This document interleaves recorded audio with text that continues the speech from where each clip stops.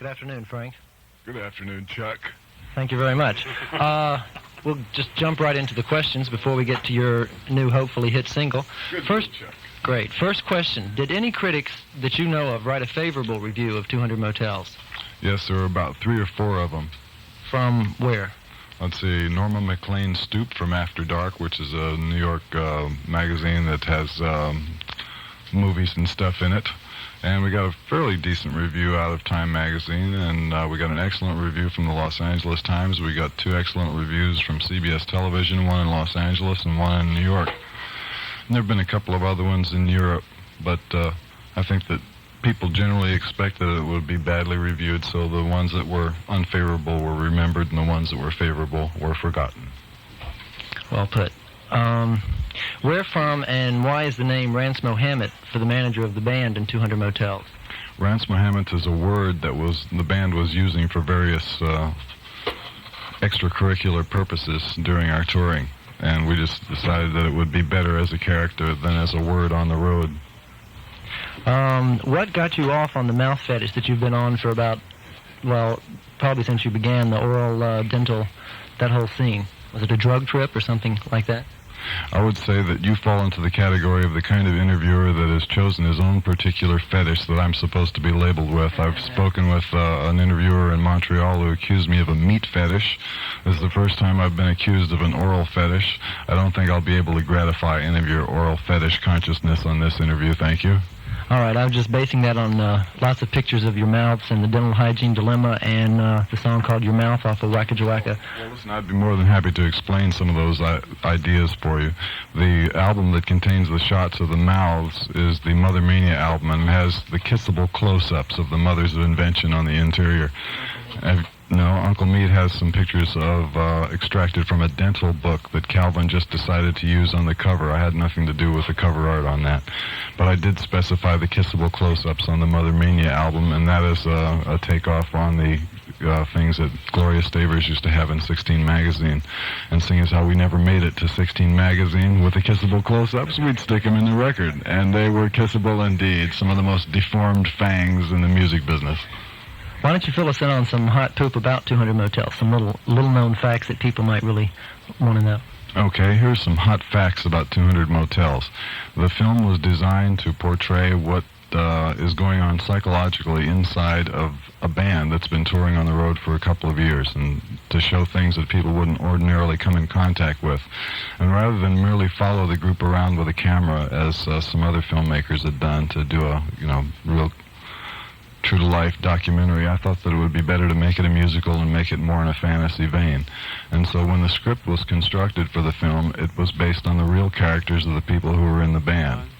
Unfortunately, just before we began to shoot the film, one of the members of the group, under the influence of his old lady, who was telling him he was too heavy to be in the group, decided to quit. And this caused a number of problems because he was one of the main characters in the film, and so we had to replace him as a character and also as a musician in the soundtrack, because the concept was to play the music while we were shooting the film. This is something that hasn't been done in Hollywood for about 40 years. They usually pre-record music for musicals, and then you pretend to play it while you're on the screen, but we're really playing it. So consequently, when we lost the bass player, we had to find somebody to not only play his part as a character, but to play the bass in the film. The first person who was going to play the part was Wilford Bramble, who you might remember as the clean old man in Hard Day's Night. Wilford Bramble was hired for the part. He rehearsed with us for a week, and he was great because, he's like 60 years old, and we had him fixed up with a crazed wig, and he was actually going to stand up there and play the bass, and it was really funny. So we get to the studio, and we're ready to shoot. He comes walking in, and he looks really wasted, and he says, "I can't do it. I stayed up all night last night. I drank a whole bottle of whiskey. I've never drunk a whole bottle of whiskey."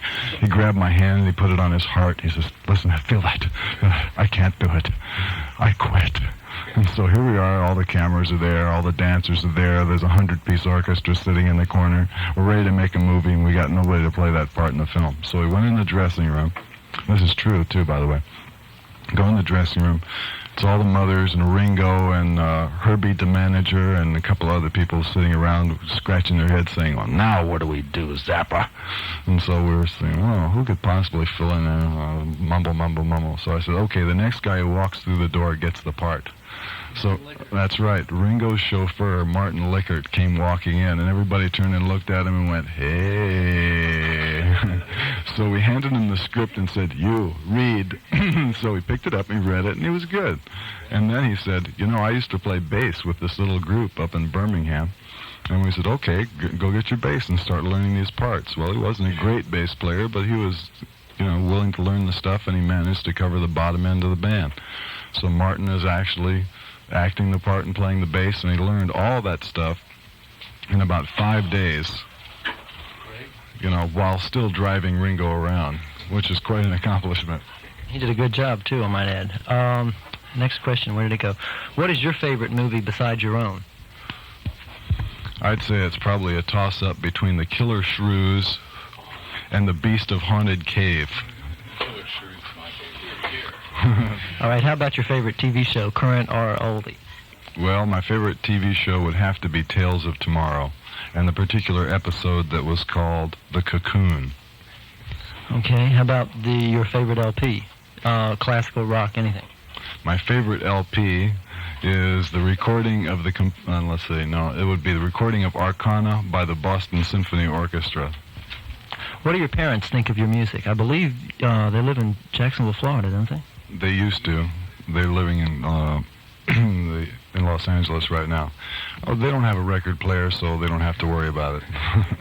How did you start or discover Alice Cooper? Whatever you had, whatever you did, you had something to do with them. And to what extent did you influence their music, if at all? Well, if I influenced their music, it was prior to the time they came to visit me, because I'm sure that they heard Freak Out and all the other albums before they put their group together.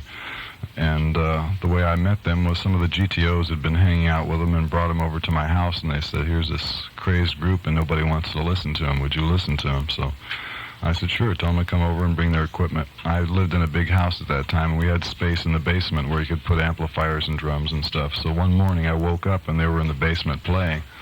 Went down and listened to them, and I said they were great, so we signed them up. What do you think of them now?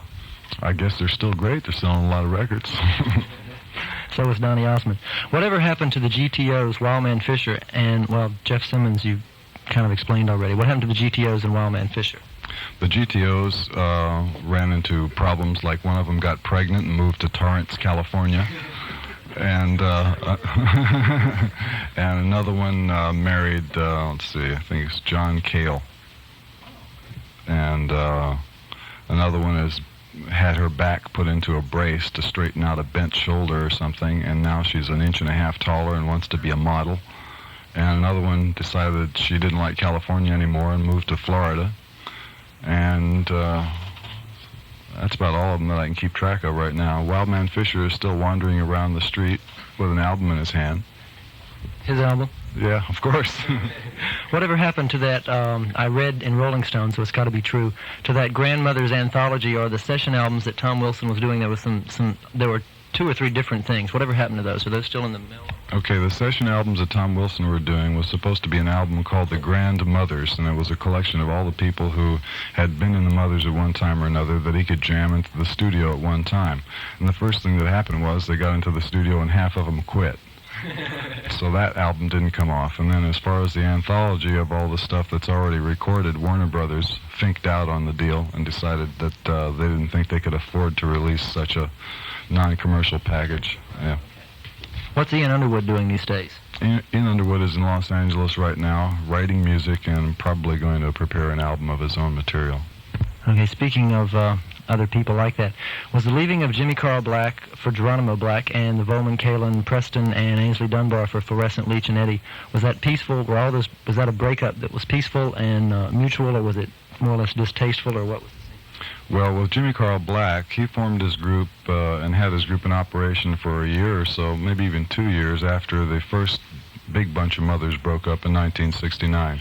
The time that group broke up, it was a 10-piece group, and Jim went out and he formed a group and called it Geronimo, and then it kept changing and changing and changing, and but he kept calling it Geronimo, and so finally they got a record contract, and that was the result of the first breakup. And Mark and Howard sort of walked out when I had my accident. Okay, you want to ask a question real quick? We have another guest interviewer for a second. Yeah. There's a wild rumor right now going around. I've heard at a couple of places about you and the concert that you had at American University. Up in Washington. Did you play there?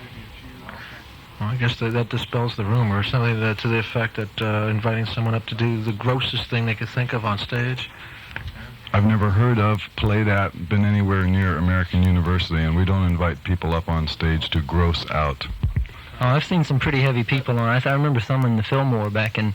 It was one of the Mother's Day concerts in '69, and you had some crazy man come up on stage and do some crazy singing, and some crazy girl who was dancing, and somebody was sticking a giraffe all over her body and all kind of crazy. You probably don't remember it, but I do. I remember it. I know exactly what that is. That person was not invited onto the stage, and that person, the girl with the giraffe, just happened to jump up there. And so at the time when things like that happen, you have to choose between interrupting the show and making the audience feel like, what's going on here, or just playing along with it and doing the best you can with a situation like that.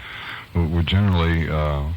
In the past, around 1967, when we were working in and around New York, we were doing a different kind of thing with a completely different personnel, and it was a different mood to the shows. Unfortunately, since we moved away from the East Coast, a lot of people haven't followed what we've been doing and have no idea what the group is into. Right now, the concert that we're going to be playing in Virginia is with a group that has a lot of brass, and it's... No, actually, we did a tour not too long ago with a 20-piece group that we played at the Felt Forum in New York, and we played in Boston, we played Berlin, we played London, we played Rotterdam, we played the Hollywood Bowl with this big band. And this is the brass section plus one of the reeds from the big band and the rhythm section from the big band. Knowing your love and fascination for McDonald's, I wanted to ask if you'd tried Egg McMuffin yet, and what do you think of them? Egg and muffin? Egg McMuffin, their breakfast treat. No, I haven't tried an Egg McMuffin. All right, you must... Okay. What do you think of John McLaughlin and his Mahavishnu Orchestra and the music they produce? I've never heard it. You're missing some great music. Name some of the artists who you think are important today in the music scene today. On what level? In terms? It doesn't matter, rock, classical, and contributing something worthwhile to music that are going to be remembered in 50 years or 200 years. Well, I think that that's very hard for me to comment on because I don't pay very much attention to what's going on in the pop music field. I can't miss that one. You dedicated your latest LP, Waka Jawaka, to Paul Hoff and Barry Keane. Who are they? Paul Hoff is the guy who's currently doing the engineering for us on stage, and he had been doing a lot of engineering for us on albums prior to that, and it was seeing as how the Waka Jawaka album was something that he didn't engineer. I just thought I'd dedicate it to him, and Paul Hoff is our main technician who's been with me for a number of years, and he sees to it that everything works when we go on stage. What does Waka Jawaka mean? Is that another crazy word or what? Waka Jawaka, or Waka Jawaka, depending, is something that showed up on a Ouija board at one time. Where did you find... Well, they're not with you anymore. I was going to ask you where you found all the new people that you did that album with. Well, they just happened to be right there in Los Angeles, and as you know, the Waka Jawaka album contains drum performances by Ainsley Dunbar, so you already know where he came from. And the guy on there who's known as Erroneous, the bass player, his real name is Alex Tomahovsky, who used to be Ainsley's bass player when he had a group called The Retaliation. And Tony Duran is with us on this tour. He is the leader of a group called Reuben and the Jets, which is just about to release an album on Mercury. And the brass players are people that I had known from studio work in Los Angeles. Is it true, I've heard this, or maybe I read it in Rolling Stone, who knows, that Captain Beefheart has never taken any drugs? Do you know? I know that definitely not to be true. All right. 22, 23. That's all the questions I have. I wanted to mention that we have a new single, his hopefully commercially potential new single, called... Why don't you introduce it, because I can't read what the name of it is. Okay, this is a song that's being extracted from our soon-to-be-released within the next week or so album called The Grand Wazoo. And this is part of a collection of pieces that are on the album that tell a story about an imaginary emperor of an imaginary fraudulent Roman Empire, and the emperor's name is Cletus Aurelius Auritus, the funky emperor. And there's a story inside the album that tells about how Cletus Aurelius has this fantastic army. The Air Force is a brass section, and the artillery is a percussion section, and the cavalry is a bunch of guys with masonite boards on their chests that beat on them with coconut shells. And once a week they go out and they punch out with the enemy, and the enemy's name is Mediocrities of Pedestrium. And Mediocrities also has a big band, and his band has some secret weapons in it. First of all, they have a lot of vocals. He's got 5,000 dynamic male vocalists who stand in the middle of the road and raise one eyebrow. He has 5,000 dynamic male vocalists in Levi jackets and nudie shirts who sing sensitively and weep a lot. And he has 5,000 dynamic vocalists of indeterminate sex who don't sing too good but do hot moves with the microphone wire. And then he's got 5,000 girl vocalists who are so sensitive they're almost invisible, and so on and so forth. And on top of that, he's got the mystery weapon, which is called the sweetener, which is nothing more than a string section. Anyway, they punch it out every week just outside of this fraudulent empire, and the results of their battles are introduced to the public on impressive prehistoric tablets called the charts. Anyway, this is the theme from Cletus Aurelius Auritus. I wanted to say one more thing before you started that. Turn it back. Are you going to be doing that tonight? No. What are you going to be doing tonight? Something entirely different. All right, fine. Thank you very much. This is Chuck Stake or Jerry Williams, whichever way you swing.